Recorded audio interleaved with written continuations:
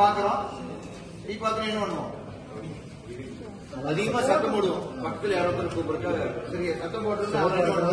பக்கத்துல தீ எடுத்து அணைக்க முயற்சி பண்ணுவார் தீ அணைஞ்சிட்டா பரவாயில்ல தீ அணையலன்னா நம்ம கூட யாரெல்லாம் இருக்காங்களோ அவங்க எல்லாம் கூப்பிட்டு சேஃப் அசம்பிளி பாயிண்ட் நமக்கு சேஃப் அசம்பிளி பாயிண்ட் இங்கதான் இல்லாட்டி வெளிங்க எவ்வளவு நிமிஷத்துல வரணும் அதிகபட்சமா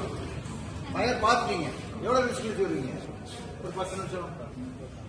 2 நிமிஷம் தான் அதிகபட்சம் 2 நிமிஷத்துக்குள்ள வந்தா காப்பாத்திருக்கோம் 2 நிமிஷத்துக்கு மேல போயிடுச்சு அப்படின்னா ரொம்ப சிரமம் என்ன கான்செப்ட் அப்படின்னா நாம் சுவாசிக்க ஆக்சிஜன் வேணும் தீ பிடிச்சி எரியக்கூடிய இடங்களில் ஆக்சிஜன் கிடைக்காது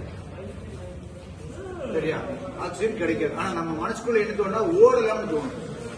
தயவு செய்து ஓடிடுறது தீ பிடிச்சி ஓடுனீங்கன்னா கார்பன் மோனாக்சைடு அதிகமா இன்ஹேல் பண்ணுவோம்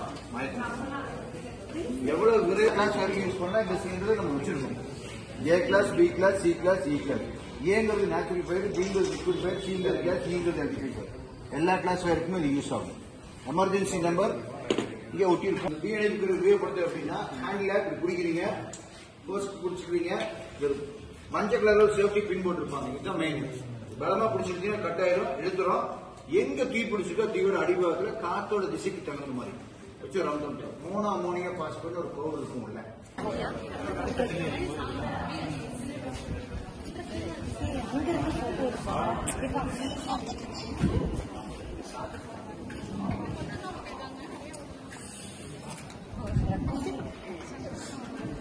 காத்து